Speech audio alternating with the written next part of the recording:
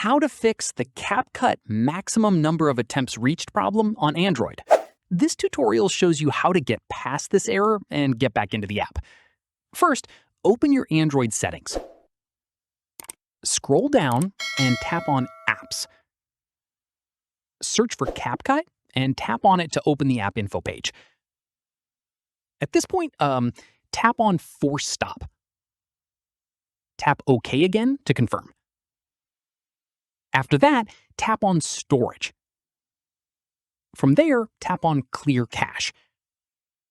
Once done, reopen CapCut and check if the error is gone. From here, if the error is still showing up, tap on Storage again. This time, tap on Clear Data to do a full reset of the app. Then reopen CapCut and try logging in again. From here, if you're still getting the same error, it means CapCut has temporarily locked your account due to too many login attempts.